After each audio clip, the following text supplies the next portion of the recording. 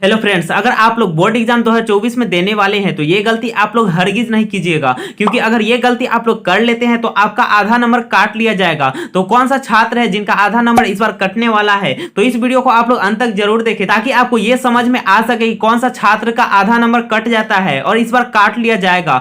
इसको समझने के लिए आपको वीडियो को अंत तक देखना होगा और इसके साथ ही आपको यह भी बताया जाएगा कि आपको एग्जाम में कैसे लिखना है, कैसे वहां पे लिख कर आइएगा कि आपको पूरा नंबर मिल पाएगा। उसके लिए आप लोग वीडियो में बने रहे। तो चलिए वीडियो को शुरू करते हैं। तो इसमें हम लोग बात करने वाले हैं इस टॉपिक पे। यहाँ पे क्या है कि ऐसे छात्रों को आधा नंबर काटा जाएगा, यानी कि कौन ऐसे छात्र हैं जिनका 2024 में आधा नंबर कट जाने वाला है। यानी कि अगर आप लोग 60 नंबर का लिख कर आइएगा तो आपको 30 नंबर 35 नंबर ही वहां मिल पाएगा। तो वो कौन सा छात्र है जिनका आधा नंबर कटने वाला है, उसके लिए हम लोग कुछ पॉइंट्स को समझेंगे। तो चलिए पॉइंट्स की ओर चलते हैं। तो बहुत सारे स्टूडेंट का क्या होता है कि लिखावट की वजह से, यानी कि राइटिंग की वजह से भी नंबर काट लिया जाता है। जैसे कि यहाँ पे बगल में आपको शो कर रहा होगा, अगर आप लोग इस प्रकार से लिखिएगा तो आपको 100% वहां पे क्या होगा कि नंबर काट लिया जाएगा। यानी कि अगर आप लोग 80 नंबर की याद करके गए हुए हैं, 80 नंबर वहां पे लिख कर आइएगा, लेकिन अगर आपका ऐसा राइटिंग रहेगा, आपका नंबर वहां से कट जाने वाला है, वहां से आपका नंबर ही नहीं मिल पाएगा। और अगर आप कुछ इस प्रकार से लिखिएगा तो आपका क्या होगा कि वहां पे नंबर मिल जाएगा। अगर आप लोग वहां पे 80 नंबर लिख कर आइएगा तो इस प्रकार से, जैसे बगल में यहाँ पे शो कर रहा है, इस प्रकार से अगर लिखिएगा तो यहाँ 80 में से आपको 80 मिल जाएगा। इसमें नंबर आपको काटा नहीं जाएगा, क्योंकि आपका हैंड राइटिंग अगर अच्छा है, सुंदर देखने में लग रहा है, साफ सुथरा है, तो वहां से आपका नंबर मिल जाएगा। हैंड राइटिंग यानी लिखावट की वजह से भी क्या होता है कि आपका नंबर काट लिया जाता है। तो सबसे मेरा पहला पॉइंट यही है कि लिखावट को आप लोग सुधारे। अगर आपका लिखावट खराब है तो कितना भी याद करके जाइएगा फिर भी वहां से अच्छा रिजल्ट आने वाला नहीं है। तो आपको क्या करना है, राइटिंग पे ध्यान देना है। राइटिंग पे ध्यान देने के साथ में आपको एग्जाम में भी ये ध्यान देना है कि अगर आपको 12 पेज लिखने के लिए मिल रहा है तो आपको इसमें क्या करना है, कम से कम 3 से 4 पेज बिल्कुल राइटिंग के साथ में बनाकर लिखना है। अगर आपको कुछ समय लग रहा है उसको लिखने के लिए तो उसमें आपको क्या करना है, समय देना है। समय देकर आपको क्या करना है, 3 से 4 पेज बिल्कुल साफ सुथरा राइटिंग के साथ लिखना है। अगर आप लोग इतना कर लेते हैं तो आपका अगला पेज भी क्या होगा कि अच्छा नंबर उस पर मिल जाएगा। तो आपको क्या करना है, 3 से 4 पेज बिल्कुल हैंड राइटिंग के साथ में एकदम साफ सुथरा लिखिएगा। बहुत सारा बच्चा क्या होता है, उनका हैंड राइटिंग अच्छा नहीं रहता है, लेकिन वो इस प्रकार से लिखते हैं कि टीचर को देखने में अच्छा लगता है, जहां से आपको नंबर दे दिया जाता है। तो आपको क्या करना है, साफ सुथरा राइटिंग वहां पे लिखना है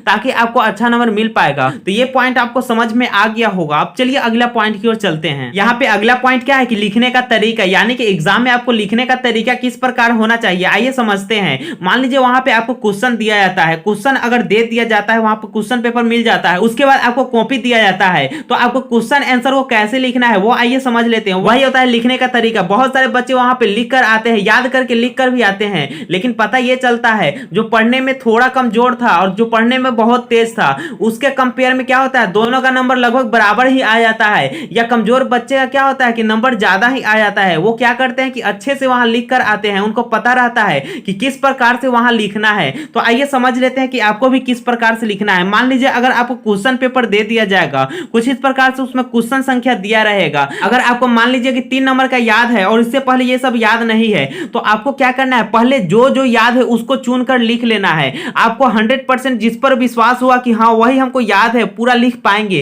तो उसको क्या करना है, उस क्वेश्चन को लेना है और लिख देना है। जैसे कि आपको कुछ इस प्रकार से लिखना है। मान लीजिए यहाँ पे आपको कॉपी मिला हुआ है, कॉपी मिलने के बाद में आपको क्या करना है, आंसर स्टार्ट करने से पहले ऊपर आपको लिखना है प्रश्नोत्तर। कुछ इस प्रकार से आप लोग क्या करना है, इस प्रकार से प्रश्नोत्तर संख्या यहाँ पे लिखिएगा, यानी कि आपको संख्या 100% ही लिखना है। अगर इसको छोड़कर आते हैं तो वहां आपका नंबर काट लिया जाएगा, क्योंकि टीचर जो भी कॉपी चेक करेंगे उनको पता ही नहीं चलेगा कि कौन सा संख्या कौन सा आंसर दिया हुआ है। तो आपको क्या करना है, इस प्रकार से लिखना है प्रश्नोत्तर संख्या। प्रश्नोत्तर संख्या अगर 3 का लिखना है तो यहाँ पे क्या करेंगे, 3 लिख देंगे, उसके बाद एक लाइन को छोड़ेंगे और यहां से लिखना शुरू कर देंगे। कुछ इस प्रकार से रहेगा तो वहां पे क्या करेंगे, लिखना शुरू कर देंगे। तो आपको क्या करना है, इस पे ध्यान देना है। प्रश्नोत्तर संख्या जरूर लिखना है, जिसका आंसर आप लोग देना चाहते हैं उसको आप लोग जरूर यहाँ पे लिख दीजिएगा। यानी कि आपको 3 का आंसर देना है, तो 3 का आंसर देना है तो इस प्रकार से लिखना है प्रश्नोत्तर संख्या। कुछ इस प्रकार से आपको क्या करना है, अच्छे से लिखना है और उसके साथ ही राइटिंग पे भी ध्यान देना है। तो लिखने का तरीका आपको यही होना चाहिए। तो ये भी पॉइंट आपको समझ में आ गया होगा। अब चलिए अगला पॉइंट की ओर चलते हैं। तो यहाँ अगला पॉइंट क्या है कि कलम, आप लोग किस प्रकार के कलम वहां ले जाते हैं। जैसे कि बहुत सारे बच्चे क्या करते हैं, काला से लिख देते हैं, बहुत सारे बच्चे क्या करते हैं, ब्लू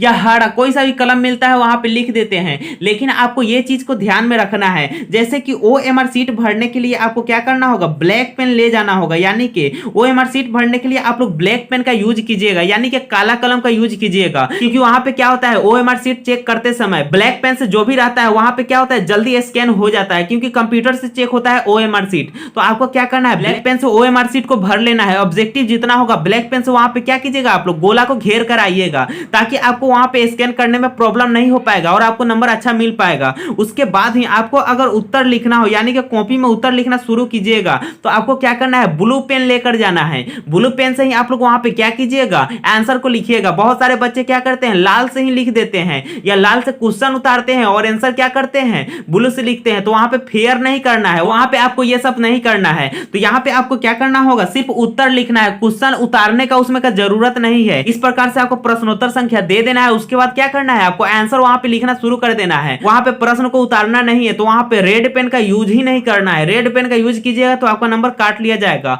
उसके बाद ही बहुत सारे बच्चे क्या करते हैं, ग्रीन पेन का यूज कर देते हैं, यानी कि हरा कलम जो भी होता है वो भी यूज कर देते हैं। तो वहां पे आपको नहीं करना है, सिर्फ और सिर्फ आपको ब्लैक पेन ओएमआर सीट को भरने के लिए यूज करना है। उसके बाद आपको ब्लू पेन उत्तर लिखने के लिए यूज करना है। तो आपको क्या करना है, कलम पे भी ध्यान देना है। कलम के वजह से भी बहुत सारे बच्चे का नंबर काट लिया जाता है। तो ये भी पॉइंट आपको समझ में आ गया होगा। अब चलिए अगला पॉइंट की ओर चलते हैं। तो यहाँ पे अगला पॉइंट क्या है कि कितना लिखना है, यानी कि कितना लिख कर आइए कि आपका नंबर नहीं कटेगा। तो यहाँ पे आपको अच्छे समझा दे कि मान लीजिए अगर 15 पेज दिया जाएगा, यानी कि वहां पे आपको 15 पेज लिखने के लिए दिया जाएगा। जैसे कि एक एग्जांपल लेकर बता रहे हैं, अगर 15 पेज दिया जाएगा तो आप कोशिश क्या कीजिएगा कि 15 में 15 ही लिखकर आइएगा, तभी आपका अच्छा नंबर मिल पाएगा। अगर आप लोग सोचिए कि 15 पेज मिला है और हम लोग क्या करते हैं, आंसर को इधर ही हटा उठा कर 10 से 11 पेज में भर देते हैं, अगला छोड़ देते हैं, तो आपका क्या होगा, जितना पेज छूटेगा उतना नंबर आपको काटा जाएगा। तो आपको क्या करना है, स्टार्टिंग के 3 से 4 पेज एकदम राइटिंग के साथ लिखना है। राइटिंग के साथ लिखा हुआ हो जाएगा,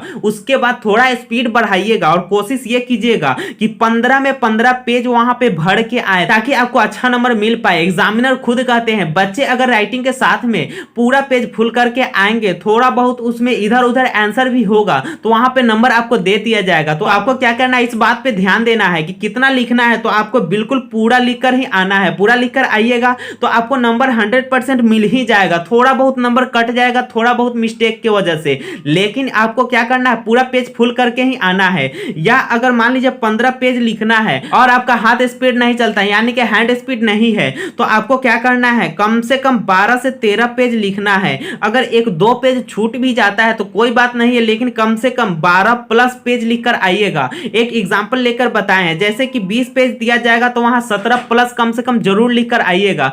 तो ये सब बातों को आपको क्या करना है, ध्यान में रखना है। ये सब बात को अगर आप लोग ध्यान में रख लेते हैं तो आपका एक भी नंबर नहीं काटा जाएगा। तो आपको क्या करना है, ये सारी बातों को ध्यान में रखकर आपको एग्जाम देने जाना है। आई होप कि इस वीडियो में आप लोग अच्छे से समझे होंगे। अगर आप लोग चैनल पर नए हैं तो चैनल को सब्सक्राइब करें। अगर ये वीडियो आपको अच्छी लगी तो वीडियो को लाइक शेयर कमेंट जरूर करें। Thank you.